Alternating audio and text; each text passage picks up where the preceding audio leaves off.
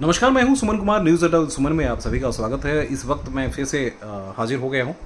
सुबह सुबह की बात है और सुबह की शुरुआत है, इसलिए मैं हाजिर हुआ हूं कि दिल्ली में, देश की राजधानी में राष्ट्रपति शासन लगाने की चर्चा तेज हो गई है। आप क्या मानते हैं? आपको क्या लगता है कि राष्ट्रपति शासन लगाई जानी चाहिए, नहीं लगाई जानी चाहिए? पिछले 1 साल 1.5 साल से जो भी कुछ दिल्ली में हुआ, उसमें जनता कहाँ है? जनता के साथ जो विकास के वादे किए थे वो कहाँ है? जनता के साथ कितनी नाइंसाफी हुई? ये तमाम सारी ऐसी बातें हैं जिसमें हमें आपको सोचने की जरूरत है, क्योंकि आपको पता है कि अगले साल ही दिल्ली विधानसभा का चुनाव भी है।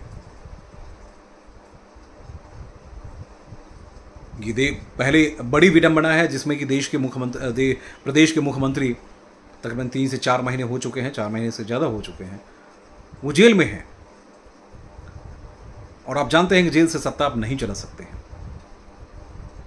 ऐसी उनकी कौन सी मजबूरी है कि वो जेल में रहकर मुख्यमंत्री बने रहें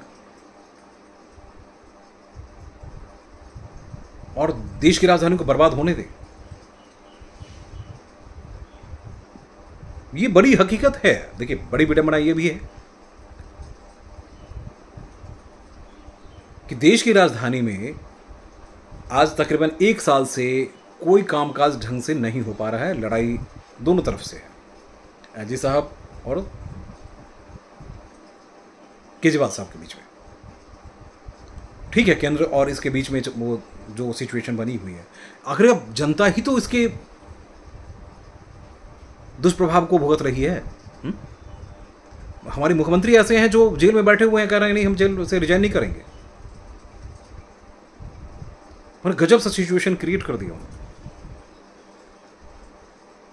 आज देश की राजधानी में साफ सफाई की व्यवस्था की वही हालत है, ट्रांसफर पोस्टिंग की वही हालत है। देखिए, ट्रांसफर पोस्टिंग जो सरकार करती है, लेकिन जो मुख्यमंत्री हैं उस कमेटी में हैं, जो सुप्रीम कोर्ट ने उस कमेटी को बनाई थी, उसमें ऑलरेडी हैं। वो मुख्यमंत्री जेल में हैं, किसी फाइल पे साइन नहीं हो सकता, न उनके संवाद बाहर आ सकते हैं। सिर्फ तमाशा चल रहा है दिल्ली में।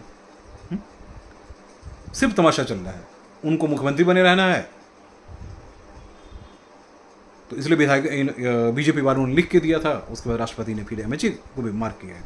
वहां भी तमाशा चल रहा है, केंद्र में भी तमाशा चल रहा है भाई। केंद्र में भी तमाशा चल रहा है।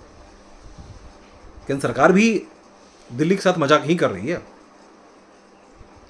आज तक देश में कभी भी कोई भी मुख्यमंत्री जब जेल जाता है उससे पहले रिजाइन कर देता है। हेमंत सोरेन को हमने देखा था। हेमंत सोरेन जेल गए उससे पहले उन्होंने चंपत सोरेन को बना दिया था। लेकिन हमारे यहाँ के प्रदेश के मुख्यमंत्री जो हैं जेल में हैं, काम कुछ नहीं हो रहा है, ढीले का काम नहीं हो रहा है। आप किसी को भी मुख्यमंत्री बना देते, फिर आप आते क्योंकि आपको पार्टी पे, भाई पार्टी के सबसे बड़े नेता आप हैं, है ना? तो पार्टी पे भरोसा है आपको, आप जनता आप पे भरोसा कर रही है। अभी भी देश की राजधानी की ये सिचुएशन है मित्रों। अभी लोअर मिडिल क्लास अभी भी जनता आम आदमी पार्टी पे भरोसा कर रही है। कि मैंने देखा मनीष सिसोदिया जब से जेल से बाहर निकले हैं और उनकी जो पदयात्रा है उसमें गजब का माहौल, गजब का उत्साह देखने को मिल रहा है। पार्टी खुद व खुद ही पिछड़ रही है।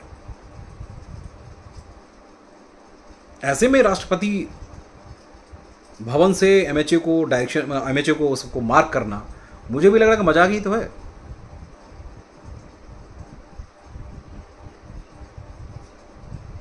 राष्ट्रपति शासन लगाना, अगर प्रदेश की जनता का ख्याल रखती केंद्र सरकार तो राष्ट्रपति शासन लगा चुकी होती। क्योंकि मुख्यमंत्री रिजाइन नहीं करना चाहते हैं। देखिए, पॉलिटिकल एंगल अपनी तरफ है, लेकिन जनता के नजरिए से देखिए ना। मुख्यमंत्री बाहर होते हैं या मुख्यमंत्री कहीं भी होते हैं, कई महीनों से कैबिनेट की बैठक नहीं हुई है दोस्त। सोचिए उस प्रदेश का क्या हाल होगा भाई। उस प्रदेश का क्या होगा जिसका मुख्यमंत्री जेल के अंदर बैठा है, जिसके एक भी कैबिनेट की बैठक नहीं होती है। जैसे कि एक भी डिसीजंस नहीं हो रहे हैं, सारी फाइलें स्टक पड़ी हुई है। केंद्र सरकार कुछ और दलील देती है एमएचए में, इसमें सुप्रीम कोर्ट में, कि मुख्यमंत्री के जेल में रहने से बहुत ज़्यादा प्रभावित नहीं हो रहा है, कामकाज प्रभावित नहीं हो रहा है। जबकि हकीकत यही है कि कामकाज प्रभावित हो रहा है, मुख्यमंत्री नहीं है, तो पूरी व्यवस्था तो कहीं ना कहीं स्टक है ना। दूसरे मंत्री हैं, दूसरे मंत्री दूसरे फाइलें कर सकते हैं, लेकिन मुख्यमंत्री वाला जगह तो कोई नहीं ले सकता। चीफ सेक्रेटरी रिटायर्ड होते हैं और नेक्स्ट डे, एक दिन पहले ही उनका ऑर्डर हो जाता है, नरेश कुमार हटे और धर्मेंद्र कुमार आ गए। लेकिन यहाँ कौन सी मजबूरी है कि आखिर ऐसे मुख्यमंत्री को हम झेल रहे हैं जो जेल में हैं, जो कहता है कि नहीं हम स्वार्थ की वजह से हम यहीं रहेंगे, लेकिन रिजाइन नहीं करेंगे। तो यहाँ की जनता भी तो मरी हुई है, मुझे जो लगता है ना। यहाँ की जनता भी मरी हुई है और जनता भी ऐसे ही चीज़ों में उलझी हुई है। जनता की परेशानी अलग है कि उसे रोजी रोटी के लिए ही यहाँ रहना है, तो अपनी कमाई में ही वो लगे रहते हैं। पॉलिटिशियन अपने दुकानदारी चलाने में लगे रहते हैं, चाहे वो बीजेपी हो, आम आदमी पार्टी हो, कांग्रेस हो। तो आपका क्या सजेशन है, दिल्ली में देश की राजधानी में राष्ट्रपति शासन लगना चाहिए या नहीं लगना चाहिए? मुझे तो लगता है कि आपने मुख्यमंत्री बना के विधानसभा चुनाव करने के बाद एक अजीबोगरीब दिल्ली को बना दिया। दिल्ली आज 75% अनऑथराइज कॉलोनी डेवलप हो चुकी है, जहाँ सड़क है तो पानी नहीं, पानी है तो नाले नहीं, कुछ नहीं। उसके लिए डीडीए जिम्मेदार नहीं बल्कि पॉलिटिशियन ही जिम्मेदार हैं। वो कांग्रेस की सरकारें जिम्मेदार रही है। जहाँ वोट बैंक उनको दिखा वहाँ उन्होंने डेवलप कर दी, झुग्गियाँ बसा दी, तमाम सारी चीज़ें बसती रही, उस पर पॉलिटिक्स होती रही। किसी ने शहर के बारे में खास ख्याल नहीं रखा, है ना।